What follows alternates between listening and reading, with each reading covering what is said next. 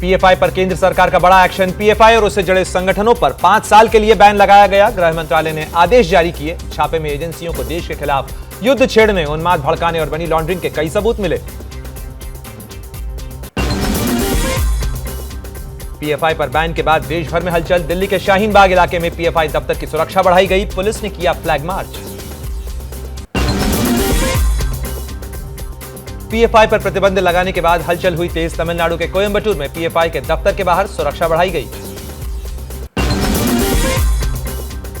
सूत्रों के मुताबिक पीएफआई के 3 संगठन गल्फ से ऑपरेट करते हैं। इन संगठनों के नाम India fraternity forum, India social forum और रिहैब इंडिया फाउंडेशन है। ये तीनों भारत विरोधी गतिविधियों में भी शामिल हैं। कर्नाटक के मुख्यमंत्री बसवराज बोम्मई ने पीएफआई पर बैन के केंद्र सरकार के कदम का समर्थन किया। कहा, पीएफआई पर बैन की मांग काफी समय से उठ रही थी। कांग्रेस, सीपीआई और सीपीएम ने जैसे विपक्षी पार्टियां भी प्रतिबंध की मांग करती रही हैं। बीजेपी के अमित मालवीय ने कांग्रेस पर साधा निशाना ट्विटर पर लिखा, क्या सिमी का बचाव करने के लिए सलमान खुर्शीद जैसे कांग्रेसी नेता पीएफआई पर बैन पर कुछ बोलेंगे? कांग्रेस ने पहले कई बार पीएफआई के कारनामों का बचाव भी किया है।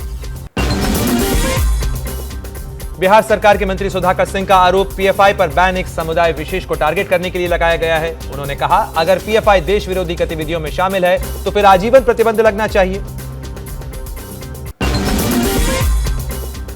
केंद्रीय एजेंसियों के इनपुट पर 9 राज्यों में एटीएस और स्थानीय पुलिस ने छापेमारी की। सूत्रों के मुताबिक 247 लोगों को हिरासत में लिया गया।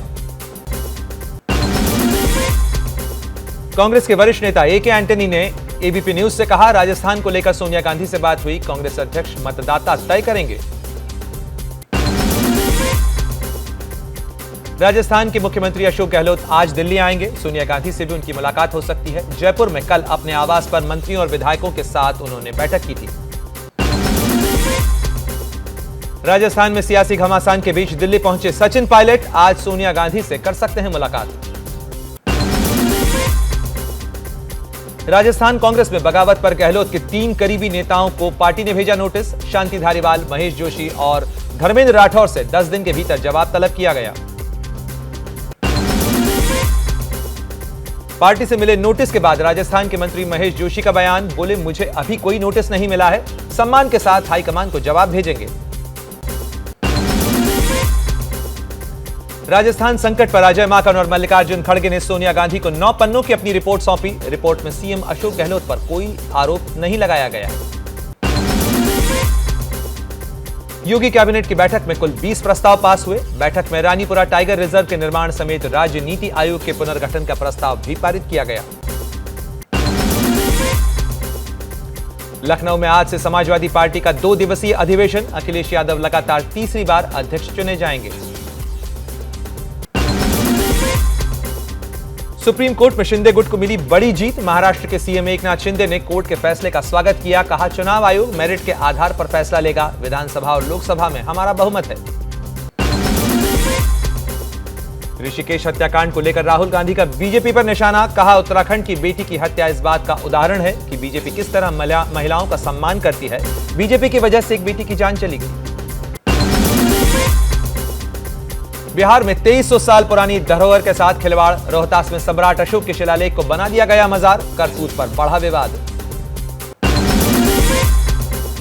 ज्ञानवापी मस्जिद का एएसआई से सर्वे कराए जाने के खिलाफ आदेश के खिलाफ इलाहाबाद हाई कोर्ट में आज फिर सुनवाई। कोर्ट आदेश सुरक्षित रख सकता है।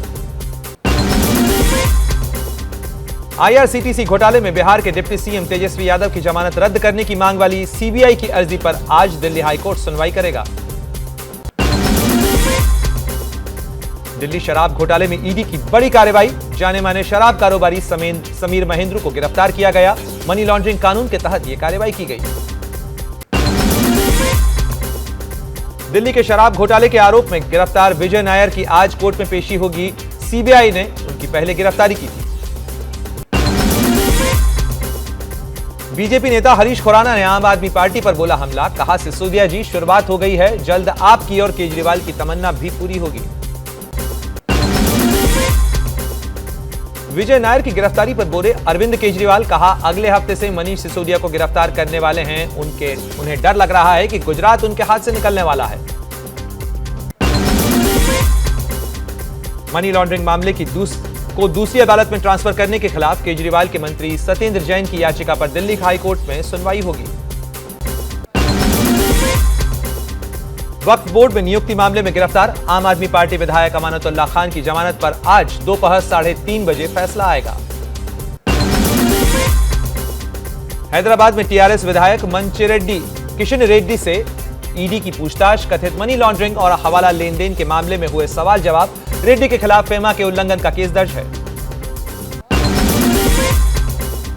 दिल्ली पर मंडरा रहा है बाढ़ का खतरा। यमुना खतरे के निशान से ऊपर बह रही है। हरियाणा के बैराज से पानी छोड़े जाने के बाद बिगड़े हैं हालात। यमुना का जलस्तर बढ़ने से 200 गांवों पर बाढ़ का खतरा मंडरा रहा है। यमुनानगर के हथनीकुंड बैराज से अब तक करीब 1,60,000 क्यूसेक पानी छोड़ा जा चुका है। यमुना की बाढ़ से नदी किनारे खेतों में पानी भर चुका है, जिससे किसानों की फसल पानी में डूब गई है। एमपी के सागर में रविंद्र भवन परिसर में पानी भरा। विधायक, मेयर समेत कई अधिकारी फंसे। वीडियो हुआ वायरल। सागर में 2 घंटे में करीब 43 मिलीमीटर बारिश हुई। एमपी के डिंडोरी में भी बारिश के बाद पानी की किल्लत। लोग बरसाती नाले में बने गड्ढे का पानी पीने को मजबूर हैं। उत्तर प्रदेश के प्रतापगढ़ में बारिश से एक स्कूल टापू में तब्दील हुआ। स्कूल जाने वाला रास्ता पूरी तरह पानी में डूबा। उत्तर प्रदेश के पीलीभीत में बारिश के बाद बदला मौसम का मिजाज। सितंबर में ठंड ने दी दस्तक। पीलीभीत में छाई नजर आई धुंध। राजस्थान के उदयपुर में भी हुई बारिश। मौसम विभाग के मुताबिक अगले 2 से 3 दिन तक राज्य के कई इलाकों के अंदर हल्की बारिश हो सकती है। पंजाब के मानसा में लगातार हो रही तेज बारिश ने बिगाड़े हालात। किसानों की खड़ी फसल बर्बाद हुई। खेतों में भरा कई फीट तक पानी। परेशान किसान सरकार से मुआवजे की मांग कर रहे हैं। हिमाचल के शिमला में बारिश ने मचाई आफत। लांगवुड इलाके में पहाड़ टूटा। एक कार और 2 स्कूटी दब गईं। सवारों की जान बाल बाल बची। हिमाचल में इस साल बाढ़ बारिश से हुए हादसों में करीब 400 लोगों की जान जा चुकी है। यूपी के अमरोहा में अतिक्रमण पर चला प्रशासन का बुलडोजर। दुकान और घरों के बाहर से अवैध कब्जा हटाया गया। एसडीएम ने कब्जा हटाने को लेकर कड़ी चेतावनी दी। मध्य प्रदेश के कूनो नेशनल पार्क में शिकारियों से चीतों को बचाने के लिए तैनात होंगे जर्मन शेफर्ड। पंचकुला में आईटीबीपी के राष्ट्रीय डॉग्स को ट्रेनिंग दी जा रही है।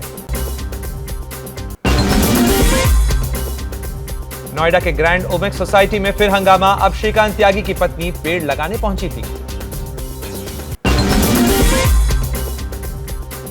दिल्ली क्राइम ब्रांच ने ड्रग्स के गोरखधंधे में लिप्त अंतर्राज्यीय गिरोह का किया पर्दाफाश। 1 करोड़ की चरस के साथ 9 लोगों को गिरफ्तार किया गया। दिल्ली में इंश्योरेंस पॉलिसी के नाम पर लोगों से ठगी करने वाले गिरोह का पर्दाफाश। 3 साल में 500 लोगों को बना चुके थे निशाना। 5 लोगों को इस सिलसिले में गिरफ्तार किया गया है।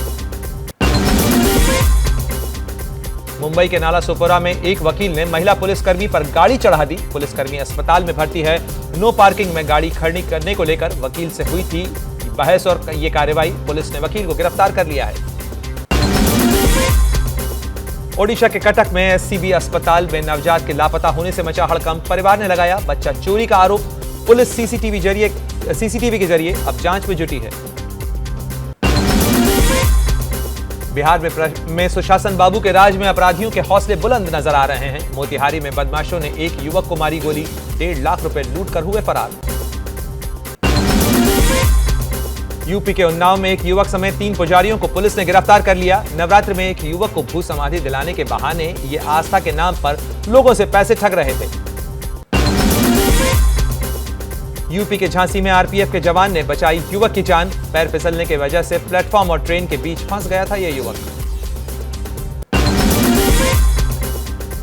मध्य प्रदेश के हरदा में स्कूली छात्रा से छेड़खानी करने वाले 2 आरोपियों को पुलिस ने गिरफ्तार किया। 5 दिन पहले आरोपियों ने छात्रा को बीच रास्ते में रोककर छेड़खानी की थी। शादी के लिए भी बनाया था दबाव। अमेरिका दौरे पर गए विदेश मंत्री एस जयशंकर की अमेरिका के विदेश मंत्री एंटनी ब्लिंकन से हुई मुलाकात और बातचीत। तेल की कीमत तय करने को लेकर हो रहे नुकसान को लेकर भी बातचीत हुई।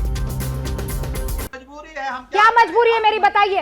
मैं अभी आपको बताती हूँ कि मैंने ओए होए होए होए नमकीन के चटकारे लेते हुए टकटकी मार के डिबेट शो को पॉज रिपीट कर करके देख रहे हैं जोगिंदर जी। इनकी तरह आप भी देखें अपनी फेवरेट डिबेट्स को रिपीट कर और डाउनलोड कीजिए एबीपी लाइव ऐप अपने स्मार्ट टीवी पर।